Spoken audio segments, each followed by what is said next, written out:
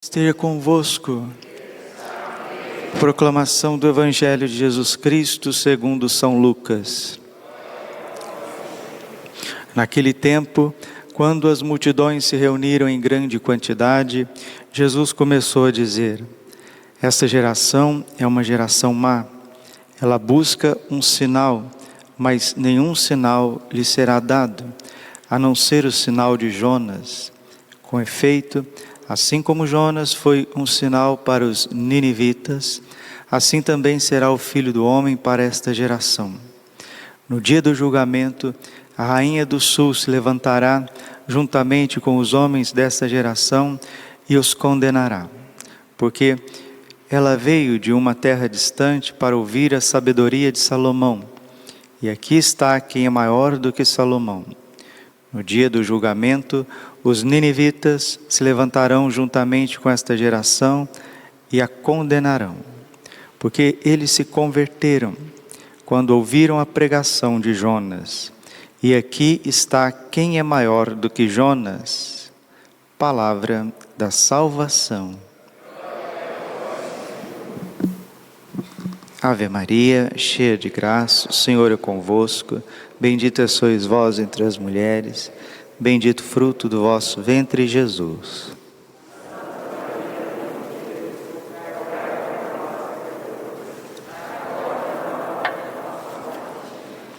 Vinde, Espírito Santo.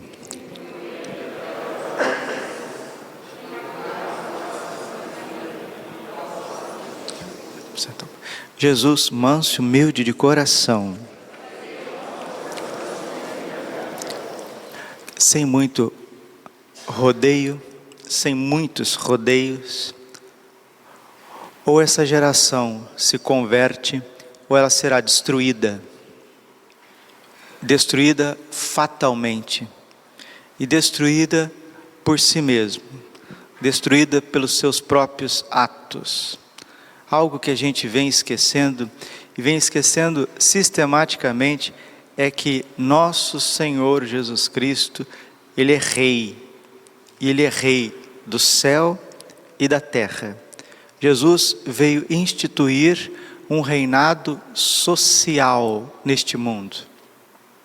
Ele veio trazer ordem, Ele veio trazer harmonia entre o poder temporal e o poder religioso, entre a igreja e o Estado. E isso foi rompido radicalmente com a Revolução Francesa, com as últimas revoluções dos últimos 500 anos. Faz 500 anos, meus queridos irmãos, que o homem, é uma expressão que a gente escuta muitas vezes, o homem está dando de dedo na face do Senhor, contra os mandamentos do Senhor. Isso a nível pessoal, isso no nível das construções humanas, das idealizações humanas, mas muito mais, vocês sabem disso, porque vocês estão inseridos na sociedade, no nível político. No nível político. A rejeição da lei de Cristo, a rejeição da pessoa de nosso Senhor Jesus Cristo é muito grande. A gente já percebe isso nas encíclicas papais do século XIX. O quanto o Beato Pio IX começava a escrever a respeito disso, que a igreja estava sendo menosprezada, que a moral cristã estava sendo pisada. Pois veio o Papa Leão XIII, escreveu inúmeras encíclicas condenando as sociedades secretas, inúmeras encíclicas, inúmeros documentos papais. Pois veio o Papa São Pio X mostrando o perigo do modernismo, que é querer conciliar a doutrina cristã com o naturalismo mundano. Isso foi entrando na cabeça dos clérigos, foi entrando na cabeça de padres, de teólogos, de religiosos, até senhores bispos.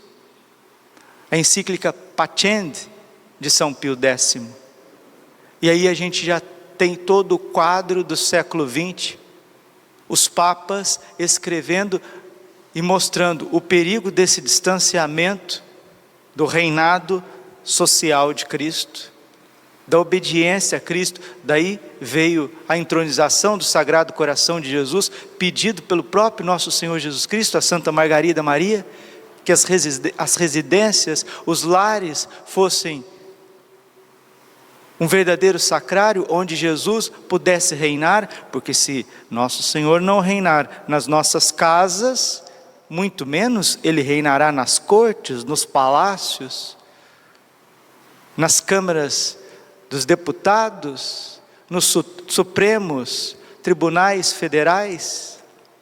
E nós acostumamos a colocar Jesus de lado, como se a figura de nosso Senhor Jesus Cristo, que é Deus, fosse algo espontâneo.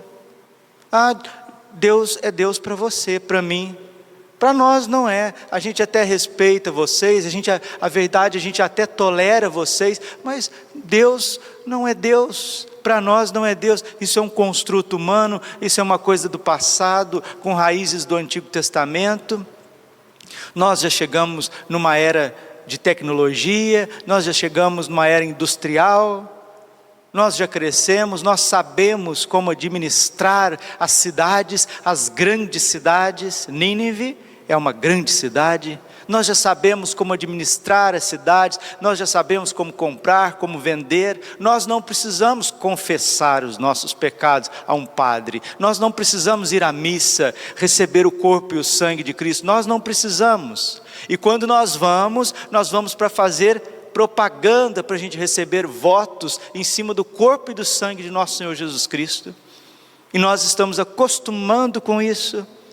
E muitas vezes o poder religioso, o serviço religioso, se quiser dizer assim, está a serviço dessa rejeição. Então antes eram os papas que escreviam encíclicas exortando uma conversão da mentalidade, uma conversão de uma centralidade de Deus na história. Depois que os papas escreveram e fizeram ouvidos moucos, tanto dentro quanto fora da igreja, é Nossa Senhora que começa a aparecer e a mandar mensagens. Jesus está dizendo no Evangelho que Jonas foi um sinal para aquela geração. O Filho do Homem é um sinal para essa geração. E Nossa Senhora é um sinal para a nossa geração. Conversão é algo profundo, que mexe em todas as estruturas da nossa vida e também da sociedade. Enquanto nós católicos tivemos conformados com esse êxodo, pessoas saindo da igreja, indo para doutrinas heréticas, que nega a presença real de Jesus na Eucaristia, que blasfema contra a Mãe de Deus, que chama o Papa de anticristo, que diz que a igreja é Babilônia, que diz que a igreja é um centro de idolatria. Enquanto nós acostumarmos com esse poder político que trabalha dia e noite contra a vida, contra a família, a corrupção é só o efeito, causa e efeito, a negação interior de Deus, de Cristo, da sua igreja, dos seus mandamentos. E essa corrupção que vem depois, a corrupção é como se fosse um furúnculo, é como se fosse um pus, uma ferida purulenta que já vem de uma negação muito sistemática, uma negação profunda, uma negação racional, que é feita às escondidas, mas é feita de maneira racional, esclarecida, doutrinal. E nós vamos vendo uma geração se corrompendo. A Virgem apareceu em Fátima, pediu a consagração da Rússia, porque a Rússia seria o próximo país a ser tocado, a ser inoculado por essas maldades. A Rússia seria. Nossa Senhora pediu a conversão da Rússia, a consagração da Rússia. Agora em Medjugorje faz 40 anos que Nossa Senhora vem pedindo uma conversão. Meus filhinhos, voltem a Deus, voltem a rezar o rosário, voltem a rezar em família, não coloquem o trabalho na frente, jejuem, meus filhinhos, se perdoem mutuamente, rezem, meus filhinhos, rezem pelos meus filhos prediletos, rezem pelos sacerdotes, pela conversão dos sacerdotes, não julguem os sacerdotes, não pisem nos sacerdotes. Santa Catarina de Sena dizia que quem julga os padres está dando louvor ao demônio e está ferindo o Sagrado Coração de Jesus. Não julgar os sacerdotes, rezar pelos sacerdotes, rezar pelo clero, pela conversão dos líderes religiosos, pela conversão dos políticos. Porque Nínive, que recebeu a mensagem de Jonas, a pregação de Jonas, Jonas capítulo 3, versículo 5. Os ninivitas acreditaram em Deus, aceitaram fazer jejum e vestiram sacos, desde o superior ao inferior. A pregação chegara aos ouvidos do rei de Nínive. Olha onde chegou a pregação? Aos ouvidos do rei. E nós estamos achando que a conversão é para a dona Mariazinha, para o seu Zezinho e pronto. Os grandes não precisam de conversão. Podem ficar oferecendo sacrifícios a Baphomet, aos demônios. E uma grande parte da sociedade recorrendo à magia, recorrendo ao espiritismo, recorrendo ao satanismo. E nós, lá, um pequeno grupo, fazendo oração, fazendo penitência, fazendo jejum e achando que a conversão é só conosco que está aqui todos os dias, que nós precisamos converter, que nós precisamos mudar de vida. Aliás, a Igreja Católica está na quaresma, então a Igreja Católica, os católicos, o punhadinho que está restando, nós que precisamos converter. Ninguém precisa de conversão, o mundo não precisa, eles são maravilhosos, são lindos, observam os mandamentos assim com uma beleza, respeita a família, respeita o casamento, o matrimônio, respeita a sexualidade humana, que é uma coisa, os direitos das pessoas, é um respeito tremendo nas cidades, nas grandes cidades, nas médias cidades, é um respeito tremendo, respeito que nada, quanta ofensa, quanto dinheiro público investido em coisas que ofendem o Sagrado Coração de Jesus, ofendem a majestade divina. Isso no mundo inteiro, fora os países que negam a presença de Jesus Cristo, que negam a existência de Deus Pai, Filho e Espírito Santo, a perseguição aos cristãos. Se não tem aquela perseguição cruenta, vai tendo aquela perseguição onde os cristãos limitam-se a ficar ali na igreja e na sacristia e não podem manifestar a sua religião. Zombarias da religião no nível das redes sociais, nos níveis de telecomunicação. E a gente percebe tudo isso, meus irmãos, e algo meio que irreversível. Então, se essa sociedade, essa geração, como está dizendo o profeta Nínive e o próprio Senhor Jesus Cristo, se ela não se converter, acontecerá com a nossa geração o que aconteceu na época de Noé. Haverá uma grande destruição. Acontecerá com essa geração o que aconteceu em Sodoma e Gomorra. Haverá uma grande destruição. Acontecerá com a nossa geração o que aconteceu com o Egito, quando Moisés e Araão, a exemplo de Nossa Senhora, a exemplo dos Sagrados Corações de Jesus, que vem dando mensagens aos grandes da corte, mas também aos pequenos, a todos, a quem tem ouvidos. Deixe o meu povo caminhar, deixe o meu povo sair, deixe a minha igreja continuar. E o faraó endureceu o coração e veio as 10 pragas do Egito, 10 avisos, 10 advertências. Qual que foi o resultado? O faraó, o poder temporal, os grandes, se endureceram cada vez mais contra Moisés, contra Araão, contra o povo de Deus, e foi fazer guerra, perseguição ao povo de Deus, e a mão de Deus agiu em favor do seu povo. O que aconteceu na época de Noé, o que aconteceu na época de Abraão, na época de Moisés, o que aconteceu no tempo de Jesus, porque a pregação de Jesus foi rejeitada pelo poder temporal, foi rejeitada por grande parte do poder religioso. Jesus foi crucificado, o Senhor deu 40 anos para Jerusalém se converter, não converteu, os romanos vieram, destruíram tudo, só sobrou um pedacinho de um muro lá.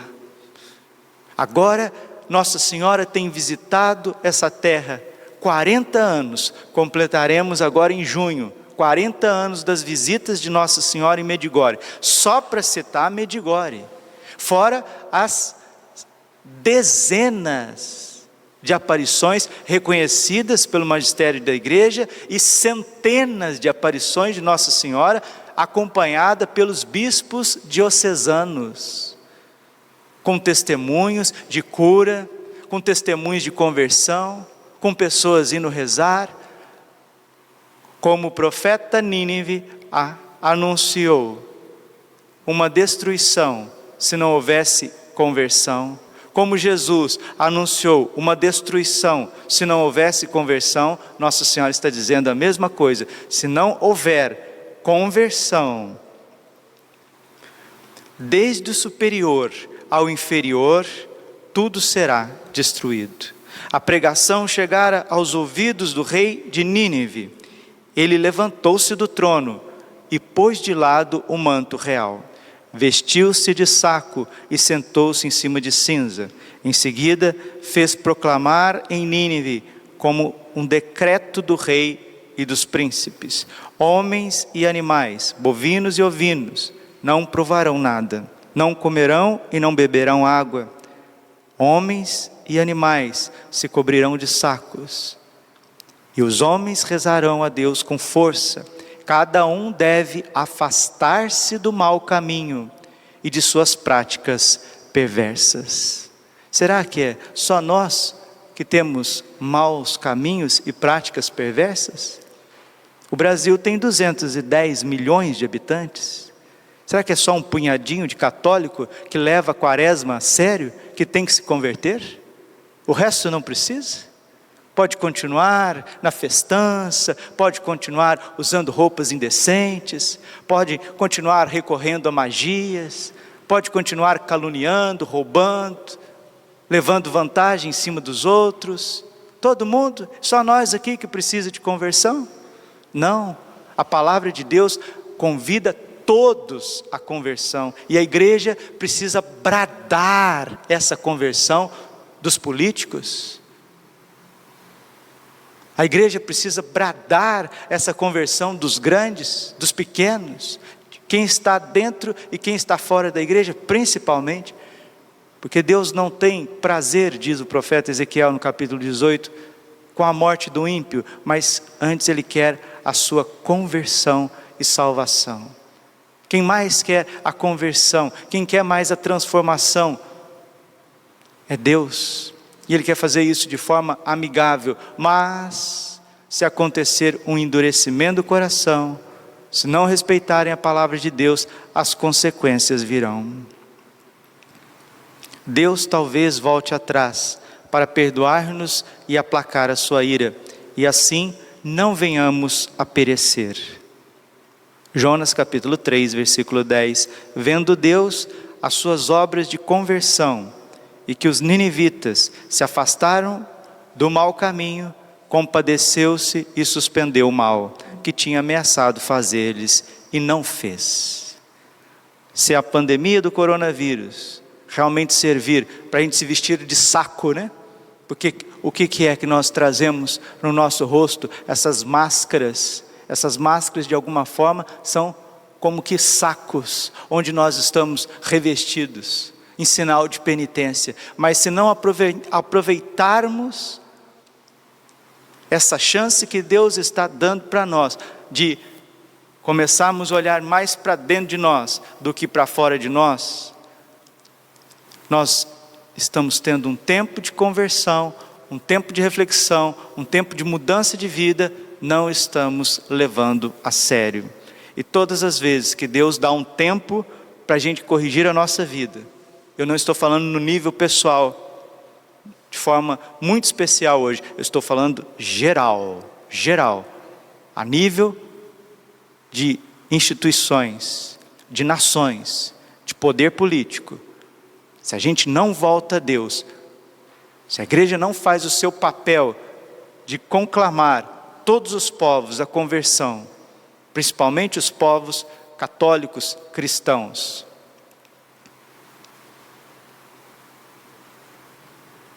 o que não foi feito em matéria de conversão acabou se tornando guerras. Ou o ser humano se converte, ou ele fará guerras destruidoras.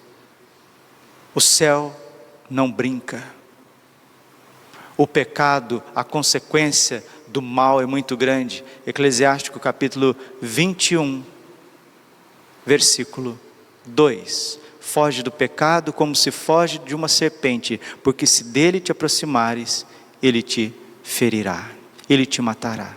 Deus quer que a gente afaste do mal. Se nós não afastarmos do mal, nós criaremos a destruição pelas nossas próprias mãos. Padre, mas e nós que estamos ouvindo a pregação de Deus, o chamado à conversão, a mudança de vida, o que acontecerá conosco, Padre? Nós pereceremos também? Nossa Senhora diz que aqueles que confiam o seu coração imaculado, ela protegerá. Glória ao Pai, ao Filho e ao Espírito Santo, como era no princípio, agora e sempre. Coração imaculado de Maria,